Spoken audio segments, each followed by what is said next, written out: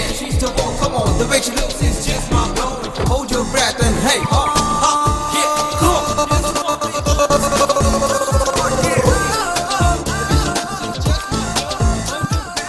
She's amazing.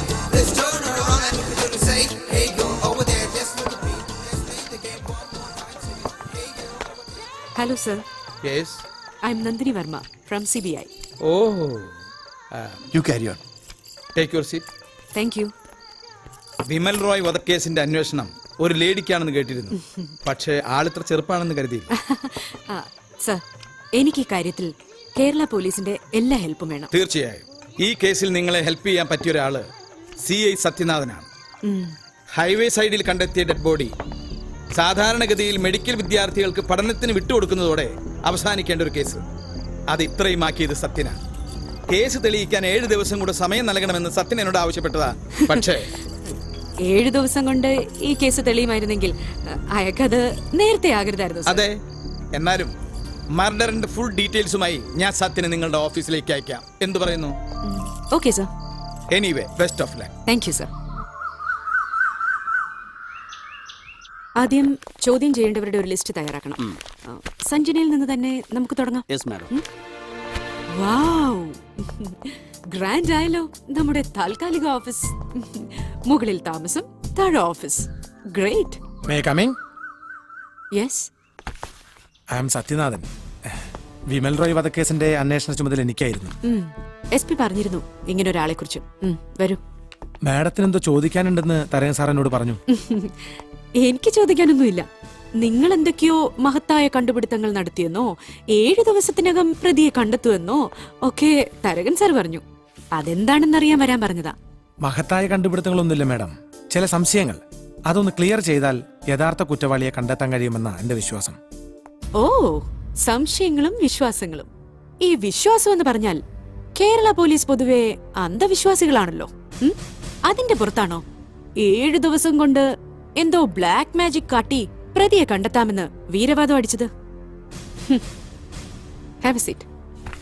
പൊതുവെ കേരള പോലീസിന്റെ കയ്യിൽ നിന്ന് ഞങ്ങൾക്ക് ഒരു സഹായവും കിട്ടാറില്ല. പിന്നെ തെളിവുകൾ നശിപ്പിച്ച് പ്രതികളെ രക്ഷിക്കലാണല്ലോ നിങ്ങളുടെ പ്രധാന ഡ്യൂട്ടി. എന്താ അങ്ങനെ വല്ല സഹായം ചെയ്തു വെച്ചിട്ടാണോ ഈ വരവ്? അങ്ങനെ കേരള പോലീസിനെ അടച്ചു കുറ്റം പറയരുത് മാഡം. ഞങ്ങൾ ഇട്ടിരിക്കുന്ന ഈ കാക്കിക്കുപ്പായം തെളിവുകൾ നശിപ്പിക്കാനോ പ്രതികളെ രക്ഷിക്കാനോ അല്ല, ജനങ്ങളുടെ ജീവനും സ്വത്തിനും സംരക്ഷണം നൽകാനാ. ഈ നാട്ടിൽ അധ്വാനിക്കുന്ന ജനം നികുതിയായി നൽകുന്ന വിയർപ്പിന്റെ മണമുള്ള നോട്ടുകളാ ഞങ്ങൾ ശമ്പളമായി എണ്ണി വാങ്ങിക്കുന്നതിന് ഉറച്ച വിശ്വാസമുള്ളവനാ ഞാൻ. Cool down mister Sathyanathan. ഞാൻ പൊതുവെ പറഞ്ഞതേ ഉള്ളൂ.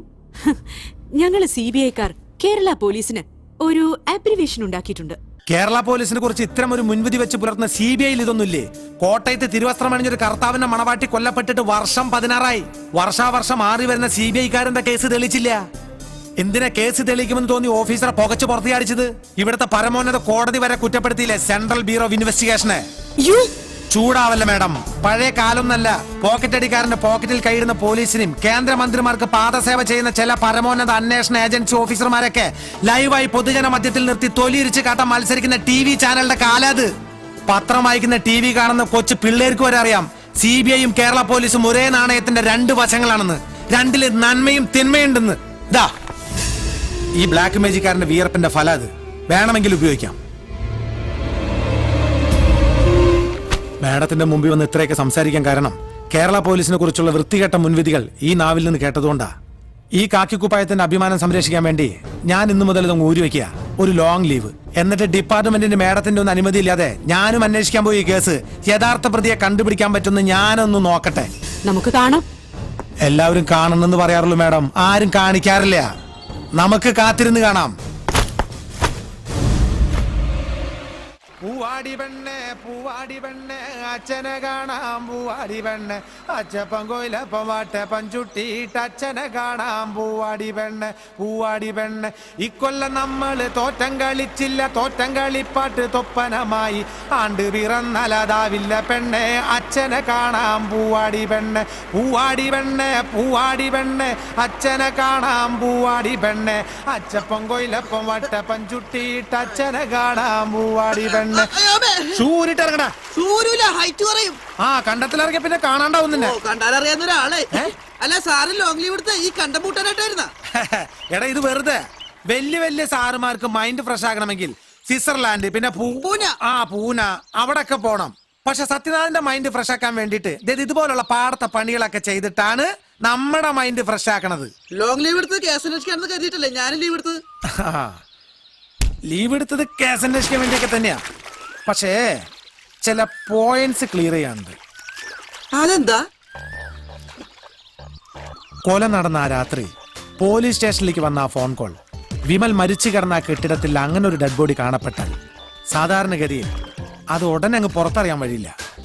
മർഡർ നടന്ന ഏതാനും മിനിറ്റുകൾക്കകം ഒരാളത് പോലീസ് സ്റ്റേഷനിലേക്ക് വിളിച്ചു പറയണമെങ്കിൽ ഒരുപക്ഷെ അയാളാകാം സഞ്ജനയുടെ സഹായിയായി അന്ന് കൂടെ ഉണ്ടായിരുന്നത്. അല്ല സാറേ, അയാളെ കൊലപാതകത്തിന് സഹായിച്ചെങ്കിൽ അയാൾ തന്നെ പോലീസിന് വിവരം അറിയിക്കോ? കുടുങ്ങൂലേ? സഞ്ജൻ ഒരിക്കലും തന്റെ പേര് പറയില്ലെന്ന് വിശ്വസിക്കുന്ന ഒരാളായി കൂടെ അത്. എന്നാൽ അയാൾക്ക് സഞ്ജനയെ കൊടുക്കണമെങ്കിലോ? മനസ്സിലായില്ല സാർ. അരണ്യോ അല്ല ഇപ്പൊ പറഞ്ഞത്? എടോ, സിനിമ ഫീൽഡ് അല്ലേ, പോരാത്തതിന് ഹൽവ പീസ് പോലത്തെ ഒരു പെണ്ണും. ചില ചുറ്റിക്കളികൾ അവൾക്കുള്ളതായിട്ട് ന്യൂസ് കേട്ടിരുന്നു, ആ സംവിധായകൻ ഗൗതമനുമായിട്ട്. അയാൾക്കാണെങ്കിൽ ഭാര്യ മക്കളും ഉണ്ട്. കഴിച്ചിട്ട് ഇറക്കാനും വയ്യ, മതിരിച്ചിട്ട് തുപ്പാനും വയ്യ. അങ്ങനെ വന്ന എന്താ ചെയ്യാ? അവളെ കൊടുക്കാൻ കിട്ടിയ അവസരം വെറുതെ കളയോ? കിത്തന കരം ബേട്ടി, എന്തോ കുട്ടിക്ക് കാര്യം പിടികിട്ടിന്ന്. മുത്തേ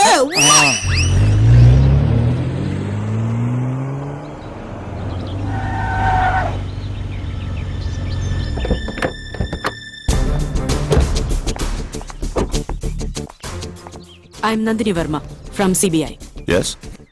സഞ്ജനയുടെ മൊഴി പോലെ കുത്തിയത് അവളാകാമെന്ന് വിശ്വസിച്ചാൽ പോലും തലക്കേറ്റ മാരകമായ അടിയാണ് വിമലിന്റെ മരണകാരണം. സോ സഞ്ജനയ്ക്കൊരു സഹായം ഉണ്ടായിരുന്നു. അവൾക്ക് ഏറെ അടുപ്പമുള്ള ആളെന്ന നിലയ്ക്ക് ഞങ്ങൾക്ക് നിങ്ങളെ സംശയിക്കാം. അങ്ങനെ ഏറെ അടുപ്പമൊന്നുമില്ല മാഡം. ഒരു ഡയറക്ടറും ഒരു ഹീറോയിനും, you know what I mean is 4 പടങ്ങൾ ഒരുമിച്ച് വർക്ക് ചെയ്തതിന്റെ ഒരു അടുപ്പം, അത്രേ ഉള്ളൂ.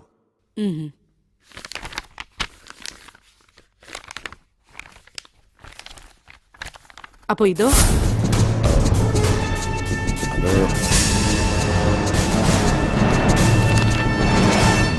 ഈ മഞ്ഞപ്പത്രക്കാരൻ മാത്രമേ ഇങ്ങനെ ഒരു ന്യൂസ് എഴുതിയിട്ടുള്ളൂ. എനിക്ക് രണ്ടുപേരെയും വിശ്വാസ. ഈ വീട്ടിൽ പോലും ഏത് പാതിരാത്രിക്കും ഞാൻ ആ കുട്ടിക്ക് ഒരു മുറി മാറ്റി വെച്ചിട്ടുണ്ട്. അതെ, സത്യമാ മാഡം. ഫ്രെയിം ന്യൂസ് ജനാർദ്ദനൻ വ്യക്തിവൈരാഗ്യം തീർക്കാൻ പോലെ സഞ്ജനയും അവളുടെ പേഴ്സണൽ ലൈഫിനെ കുറിച്ച് എഴുതിക്കൊണ്ടിരിക്കുവാണ്. Frame news Janardhanan. പന്നികൾ കൂട്ടം കൂട്ടമായി വരുവേ, ആന സിംഗം സിംഗിളത്താൻ വരുവേ. இந்த பாரு, அந்த டே மட்டுமல்ல, ஒரு மாசத்து பில்லு கிடைச்சாச்சு. போனுக்கு அப்புறம் பில்லு இந்த சிவாஜிக்கு அப்புறம் எவன்டா?